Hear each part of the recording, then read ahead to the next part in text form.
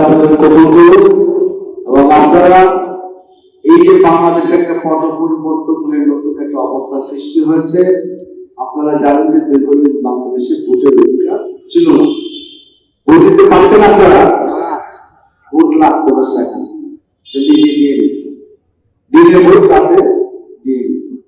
এই স্বৈরাচারকে আমরা সকল ঐক্যবদ্ধভাবে বিদায় করেছি, দেশে একটা নতুন সুস্থ ভোটের পরিবেশ সৃষ্টি হয়েছে, যেটা ফেব্রুয়ারির প্রথম দিকে হবে। তাহলে বিএনপি থেকে এই এলাকার নির্বাচিত প্রার্থী হিসাবে নির্বাচনে অংশগ্রহণ করছি। আমি আপনাদের কাছে দোয়া প্রার্থনা করি এবং আপনারা আপনাদের সহপাঠী বন্ধু বান্ধব আত্মীয় স্বজন যারা এই অঞ্চলে থাকে,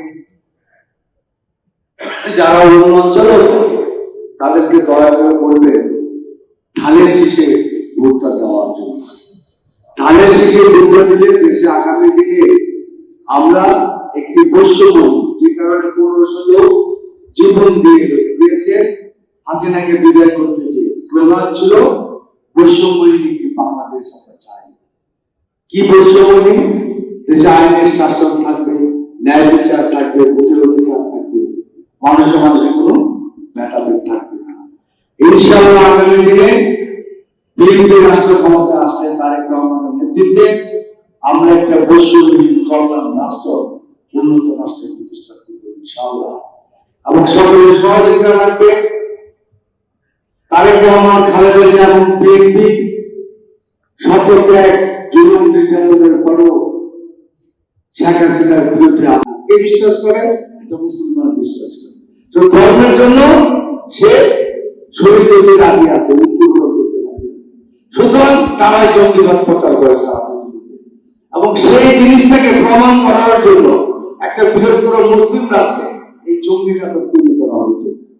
এটা পরিকল্পিত হয়, এটা ইন্ডিয়ার র প্রজেক্ট বাংলাদেশে বাস্তবায়ন করার নামে এই জঙ্গি নাটক করে বহু মানুষের জীবন নিয়েছে হাসিনা। তো আমরা সেই জন্য বলতে চাই, আজকে গভর্নমেন্টের 1.5 বছর না জঙ্গি নাটক দেখছেন তো হয়েছে ভাই। ইসলামের নামে বোম মারছে, কারা খুন করছে, কারা গুলি করছে, হাসিনা থেকে বলে করেছে। এই দেশটাকে একটা জঙ্গি রাষ্ট্র বানানোর জন্য যত ধরনের ষড়যন্ত্র এবং ইসলামকে নিশ্চিত করার জন্য যা যা করা দরকার এই নাস্তিকবাদী শেখ হাসিনা করেছে। সুতরাং আমরা বিশ্বাস করি, আমি ব্যক্তিগতভাবে বিশ্বাস করি, ধর্মীয় শিক্ষা, ইসলামী শিক্ষা, ধর্মের শিক্ষা কিন্তু সন্তানের এই নিয়োগ প্রজন্ম আমাদের যারা আসছে, যারা এই 15, 16, 17 বছর এই ধর্মীয় শিক্ষা থেকে বঞ্চিত। ওয়াজ বছর বন্ধ ছিল না, ওয়াজ বছর বন্ধ, মানুষ জানে না তো। সুতরাং আগামী দিনে ইসলাম এবং প্রসারে এবং আমাদের নতুন প্রজন্মকে আগামী দিনে দিনদার হিসাবে সৃষ্টি করার জন্য, দেশপ্রেম হিসেবে সৃষ্টি করার জন্য আমাদের উচিত। ইনশাআল্লাহ আপনারা যদি আমাকেও ভোটে নির্বাচিত করেন, ঢাকা 11 আসনে আমরা ইনশাআল্লাহ মাদক, চাঁদাবাজি, জুলুম, নির্যাতন মুক্ত একটা সুন্দর পরিবেশ আমরা তৈরি করব।